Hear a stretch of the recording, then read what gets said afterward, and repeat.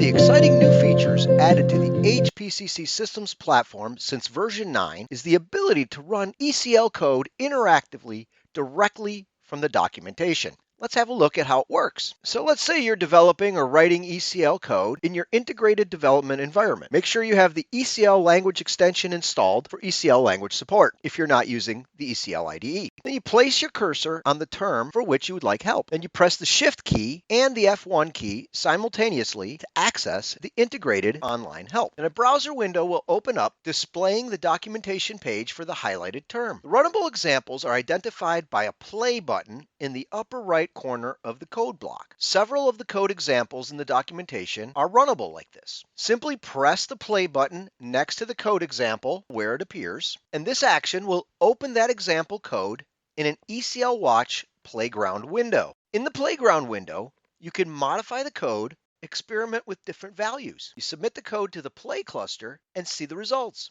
Review the output and make any adjustments as needed. You can submit and resubmit the code or any variations of it as many times as you like. By using an iterative process, it helps you to understand ECL code much better. And you can test your code in real time, learn and experiment with new terms, and gain a deeper understanding of ECL coding, expanding your knowledge. Using the interactive, runnable ECL and make the most out of your HPCC Systems platform experience.